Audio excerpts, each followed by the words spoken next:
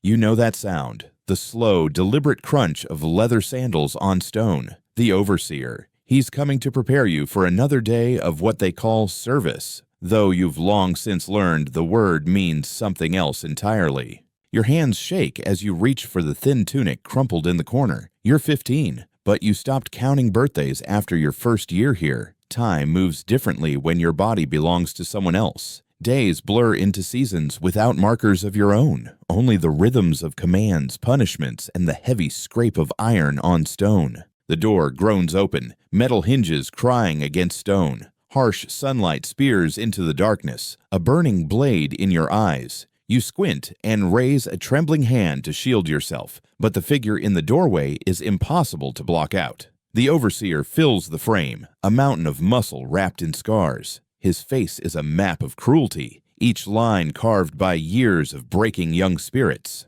"Clean yourself," he growls, tossing a damp cloth to the floor. It lands with a wet slap against the dirt. "The master has guests tonight, important guests, and you," his gaze slides over you with the cold calculation of a horse trader, "are going to help entertain them." Your throat tightens until it aches. You know what that means. You've known since the first night they dragged you from your village, kicking, clawing at the air, while your mother screamed and your father looked away. They said your family's debts had been settled in the only currency left. That was the last truth they told you. Countless others before you had lived this same story in ancient Greece, not the polished version celebrated in textbooks, the Greece of gleaming marble, of philosophers debating democracy beneath painted porticos. That version shines bright enough to blind, if you let it. Behind those columns in the dim corridors where polite history refuses to wander, there was another Greece. A Greece that consumed the vulnerable in silence and discarded them like shards of broken pottery when their usefulness ended. The master's guests will arrive at dusk. The marble floors will be swept, the wine warmed, the oil lamps lit. They will greet one another with refined words, with compliments about each other's intellect and taste. And later, when the air grows heavy with wine and music, they will seek the entertainment they came for. Tonight, you will be part of that entertainment. The road that led you here began long before the first chain closed around your neck. It began in a village so small it might not have appeared on any Athenian map, just a scattering of mud brick homes in a narrow valley between olive groves. You remember the rhythm of that place, roosters calling before dawn, the low murmur of your mother grinding barley, the laughter of children chasing goats between the houses. Life was hard, yes, but it was yours. Then came the drought. Week after week of merciless sun. The olive trees, older than your grandparents, gave only wrinkled fruit. Barley stalks withered to brittle straw. The wells, your lifeline, sank lower each day until they coughed up only mud.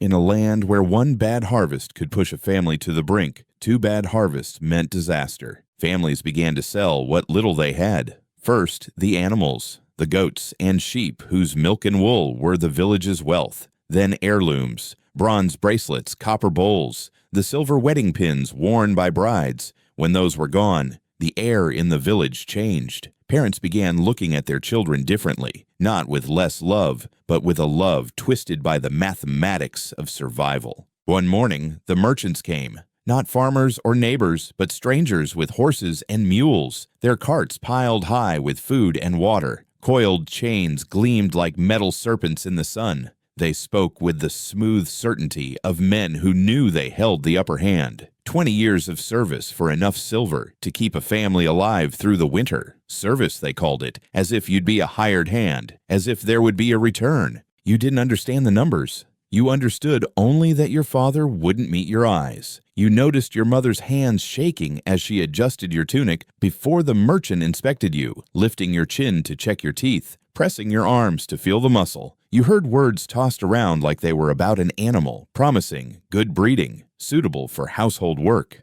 The coins clinked into your father's palm, bright silver discs catching the sunlight. Each one was a year of your life. Your father's fingers curled tightly around them as if afraid they might vanish. Your mother turned away, her shoulders shaking, but she didn't stop the transaction.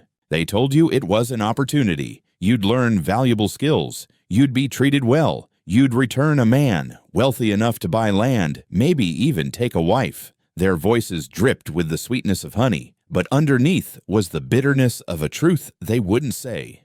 You were never coming back. By the time you realized, it was too late. The chain was already around your neck, the caravan already moving toward the horizon, the sounds of your village, your life, faded into the dry wind, replaced by the creak of leather, the jingle of metal, and the slow erosion of hope. The road to Athens wound like a scar through the land, over hills, along the sea, into mountain passes where the air grew thin and sharp. Under any other circumstances, the journey might have been beautiful. You passed groves where olive leaves shimmered like silver in the sun, coastlines where the Aegean sparkled brighter than polished bronze, cliffs where eagles wheeled silently overhead. But beauty was nothing to you now. Your world had shrunk to the short length of iron chain between your throat and the back of the boy in front of you. Dozens of you moved together like a single reluctant beast, necks yoked, feet blistered from endless days on the road. The older captives didn't speak much. They knew that hope was just another word for disappointment deferred. The younger ones cried until the overseers beat the sound out of them. Nights were worse. When the air cooled and the pain in your feet caught up to you, they would drive stakes into the earth and chain you there like livestock. You'd curl on your side in the dirt, feeling the iron collar press into your skin with every shallow breath. Around you came the soft sobs of others who'd learned, like you, that darkness offered no safety. Sometimes during the march, the merchants would pause in a town or roadside market. Visitors would stroll among your group like farmers inspecting cattle. Their eyes scanned for muscle, for symmetry, for some quality that would suit their needs. You began to recognize the categories. The first kind, agricultural masters, wanted bodies that could survive the sun and the plow. They pressed biceps, checked backs, asked about endurance. The second, household owners, looked for different traits: quiet obedience, intelligence, and a certain softness that suggested you would not challenge their authority. And then there was the third kind. They came dressed in fine linen dyed in rare colors, their fingers heavy with gold rings, their scent thick with imported oils. Their eyes lingered too long. They never asked about plowing or carrying water. Their interest was in beauty, in youth, in flesh. You learned to fear their appraising smiles most of all. By the time you reached the slave market in Athens, your body ached in ways you didn't know possible, but what waited there made you long for the road. The first thing that hit you was sound. A chaos of haggling voices, orders barked in sharp tones, cries of protest, drowned by the clink of coins. Then came the smell. Sweat left to fester, unwashed bodies, urine, and something darker you couldn't name. And then you saw it. Rows of human beings, naked or near to it, arranged on platforms like pots in a market stall. Children barely old enough to walk clung to their mothers' legs, eyes wide with fear. Old men stood with stooped backs, their value reduced to whatever work was left in them. And moving among them like sharks were the buyers, talking prices as if none of the merchandise could hear. They cleaned you and rubbed oil into your skin, not out of kindness, but because it made you shine in the sunlight, muscles defined, flaws minimized. Someone decided you were too fine for field work and placed you with the group destined for domestic service. The auctioneer's voice boomed, announcing your age, your region, your gentle temperament. The bidding began. Hands reached for you, checking your teeth, squeezing your arms, running fingers through your hair. You stopped thinking of yourself as a person. You were an object now, a sum of qualities and a price. The winning bid came from a man named Lysander. You wouldn't know his name until later. What you saw in that moment was only the satisfied curve of his mouth as he counted out the silver. His eyes had already claimed you, long before the transaction was complete. Lysander's house loomed in Athens' wealthiest quarter, a gleaming estate whose marble columns caught the late sun like fire. The walls were painted in vivid colors. Mosaics of gods and heroes marched across the floors, and the air smelled faintly of perfumed oil. If the market had been an assault on the senses, this was a performance meant to seduce them. Yet beneath the elegance, something colder pulsed, like the chill in the air before a storm. The man who claimed you from Lysander's side was Demetrius, the household overseer. A former slave himself, he had clawed his way into authority, trading compassion for survival. His eyes were sharp and calculating, his voice clipped, every word carrying the weight of an unspoken threat. He explained the rules as you walked through corridors alive with silent movement, slaves carrying trays of figs and wine, polishing bronze lamps, sweeping tiled floors. "You will be fed twice a day," Demetrius said. "Barley porridge at dawn, bread and olives at dusk, clothes once a week. You will bathe when told, speak only when spoken to, do not look a free person in the eye, and above all, never refuse an order." His steps slowed, and he glanced sideways at you. The corner of his mouth curled into something that was not quite a smile. "The master's guests often require special service. You'll learn what that means soon enough." Your quarters were in the basement, a row of small stone cells, each barely large enough for a straw mattress, a thin blanket, and a clay pot in the corner. The walls were thick to muffle noise, but you would soon discover that sound still seeped through. The muffled cries of others, the low voices of guards, the occasional clink of chains. It was here you met the others. Marcus, a boy about your age with quick eyes and a guarded voice, had been here 2 years and carried an invisible weight in the set of his shoulders. Alexios was older, his arms mapped with scars, his silence broken only in hushed moments when he spoke of the special guests who came during the night. And then there was Philemon, barely 14, whose gaze carried the emptiness of someone much older. Philemon told you about the symposiums, those celebrated Athenian gatherings where men reclined on couches to drink, recite poetry, and debate politics. History would paint them as sophisticated affairs, crucibles of philosophy and art. But in the shadowed rooms of Lysander's house, they served another purpose entirely. Beneath the songs and toasts, beneath the lofty talk of virtue and democracy, the symposium often ended in the kind of entertainment that had nothing to do with music or debate. Listening to him, you began to understand that this house, beautiful and grand, was only another kind of prison, one with silk curtains instead of bars, where the marble floors were polished by the hands of those who could never walk them freely. It began innocently, or at least it wore the mask of innocence. The symposium that evening opened with the rustle of fine robes and the measured clink of kylixes, shallow cups of wine, set upon low tables.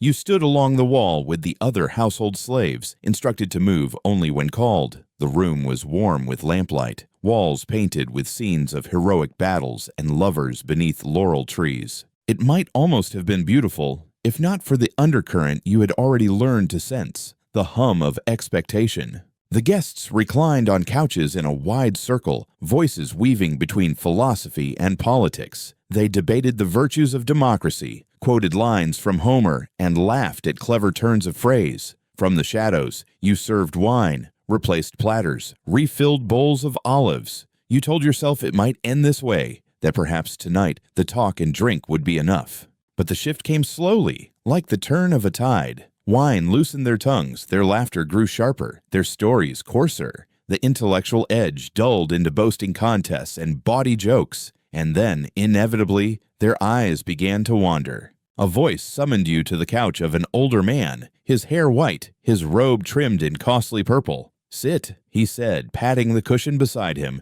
"Share my wine." He asked where you were from, whether you missed your home, how you were treated here. The questions were almost kind, and for a moment you wondered if this one might be different. Then his hand rested on your shoulder, lightly at first, then heavier, sliding down your back. You tried to shift away, but his grip tightened, his smile unchanged. Around you, other conversations dimmed, as though the room itself leaned in to watch. Fingers gripped your chin, turning your face toward him. The moment fractured into chaos, laughter from another couch, someone's voice urging him on, a hand yanking at the fabric of your tunic. You protested, but your words drowned beneath their amusement. The air smelled of wine and sweat. Your vision blurred by tears you refused to let fall. You were held fast, stripped, your body treated as nothing more than a game for their amusement. When it was over, they released you with the same casualness they might toss aside an empty cup. You walked back to your cell on legs that no longer felt like yours. Marcus glanced up as you entered, but said nothing. He didn't need to.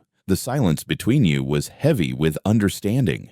Lying on the straw mattress, you stared at the ceiling, tracing the cracks in the stone as if they might map a way out. But there was no way out, only the knowledge that the first night had been, in their eyes, nothing exceptional. It was simply the beginning. The weeks that followed blurred into a cycle of service, exhaustion, and the quiet gnawing of dread. The rules of the house were no longer abstract commands, but muscle-deep reflexes. You learned the tone in Demetrius's voice that meant punishment was coming, the subtle shifts in a guest's expression that signaled danger. Punishment here came in many shapes. Sometimes it was a beating, the kind that left your ribs aching for days. Sometimes it was being left without food, chained in the courtyard under the burning sun or the cold night air. But the most effective punishments weren't physical at all, they were psychological. Demetrius stripped away your name, replacing it with one that rolled more pleasantly off Athenian tongues. He forbade your native language, snapping at you if he heard its syllables in whispered conversation. The clothes they gave you were theirs. The food you ate was theirs. The gods you were told to honor were theirs. Slowly, they took everything that tied you to the boy who once ran barefoot through olive groves.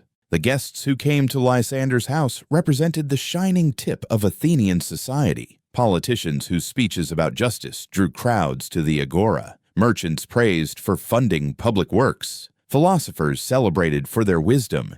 Yet here, behind closed doors, they revealed appetites they would never admit to in public. Dionysius, the politician, would quote Homer as he ordered slaves into humiliating positions, claiming he was rehearsing scenes from the epics. Cleomenes, the wealthy merchant, believed pain was a lesson. He'd leave bruises and broken skin, calling it discipline. And Sophistes, the philosopher, justified his cruelty with elaborate arguments, weaving logic into a noose that excused every violation. These men didn't see contradiction. To them, virtue was a code that applied only to equals. Slaves were outside that circle, a different category of existence, property, not people. And because the system supported this belief, they never had to confront its absurdity. You began to understand something terrible, the very brilliance of Athens, its art, its politics, its philosophy, was built on the backs of those who had no choice but to serve. Every moment of leisure the citizens enjoyed, every night of wine-fueled debate was purchased with stolen lives.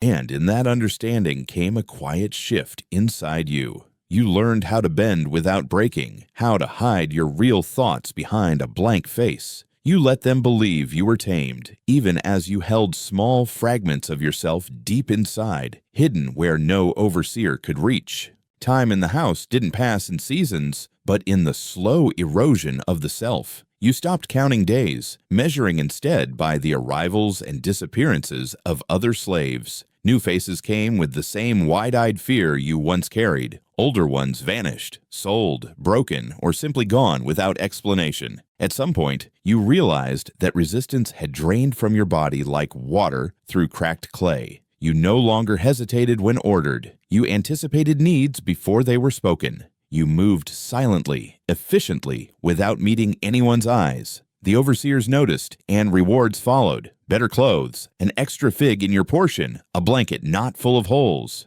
To them, you had become the perfect slave. To yourself, you had become something less than human. Demetrius began taking you to the slave market when new purchases were needed. You would stand beside him as he inspected boys and girls, testing muscles, prying open mouths to check teeth. Sometimes the merchants would gesture toward you, boasting about how well Lysander's slaves were trained. The irony was sharp enough to taste. The boy who once trembled on the auction block, now helping to choose replacements. And then you saw him.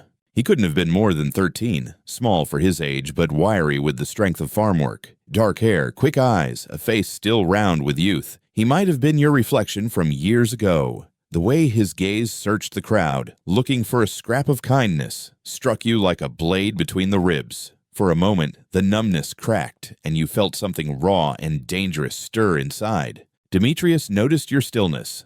"Heat getting to you?" he asked, suspicion in his tone. You forced a nod, blaming the sun. The boy was bought by another household, spared from sharing your fate, at least for now. But his image lingered for weeks, invading your dreams. In the quiet moments, you remembered things you thought you'd lost. The smell of your mother's bread, the sound of your father's laugh, the cool rush of river water on bare feet. These memories were dangerous. They reminded you that somewhere inside, the person you once were still flickered. And with that flicker came a question you hadn't dared to ask in years, whether some small part of you was still worth saving. By the time the news came, your body had already begun to fail. The cough that rattled your chest each morning lingered all day, and old injuries ached with a steady, gnawing pain. You were no longer in demand at the symposiums. The guests' eyes slid past you toward the newer, unbroken faces. One morning, Demetrius summoned you to his quarters. His tone was casual, almost bored, as he explained that you were being sold, not to another household, but to a mining operation in the mountains. No malice, no pity, just business. Your value as entertainment had dropped below the cost of feeding you, and the mines would squeeze the last labor from your body before discarding it. Everyone knew the mines were death sentences measured in months. You felt no surge of fear, only a cold acceptance. Whether in marble halls or stone tunnels, you had been dying for years. That night, as you lay on your straw mattress for the last time, Marcus appeared at the cell door. His eyes darted to the hallway before he stepped inside. In his hand was a small piece of metal, sharpened to a crude point. He pressed it into your palm.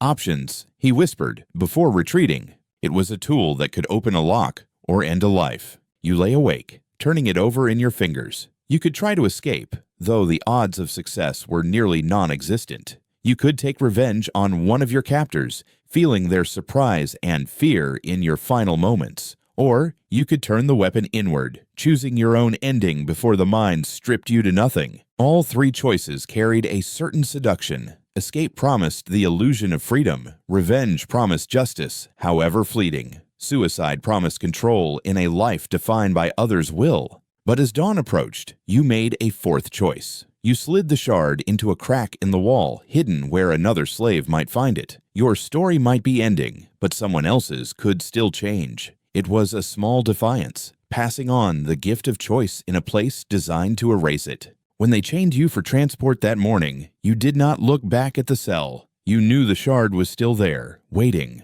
The road to the mines twisted through the mountains, past slopes thick with pine and streams that flashed silver in the sun. The air was cooler here, scented with wild thyme and cedar. At moments, the landscape pressed so close to memory that you almost forgot the weight of the chain. A bend in the path would reveal a valley that could have been your own. The sound of water over stone recalled the river where you once caught fish with your bare hands. You did not try to run. The guards were skilled, the chains heavy, and your body too worn for flight. Instead, you walked and let the journey be a slow farewell to the hills, the sky, and the small pleasures that had once belonged to you without cost.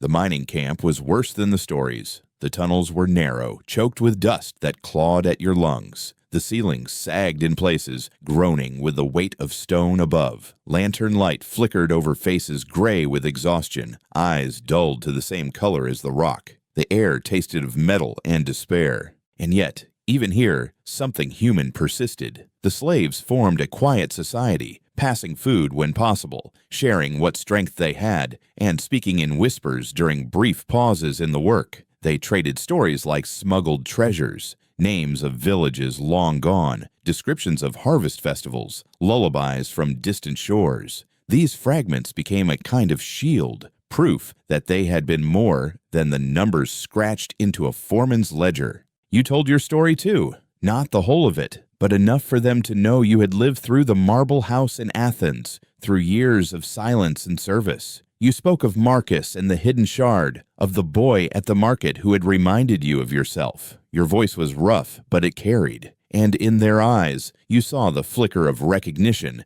that meant your suffering had not vanished into nothing.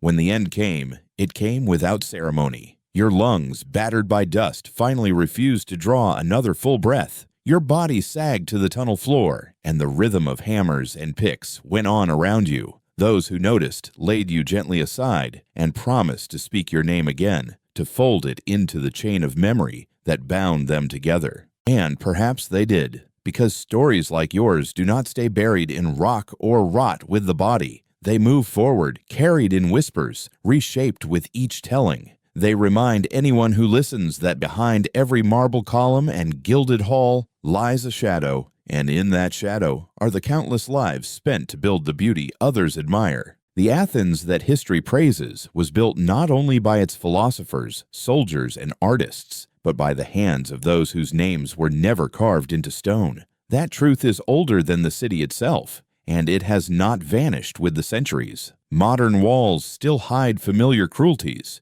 New systems wear the same old logic. The powerless still pay the price for the comfort of the powerful. Your name may not survive on any scroll, but in the dark places where people remember, you will not be lost. You will be part of the echo that remains, a warning, a witness, and a voice for those still chained in one form or another.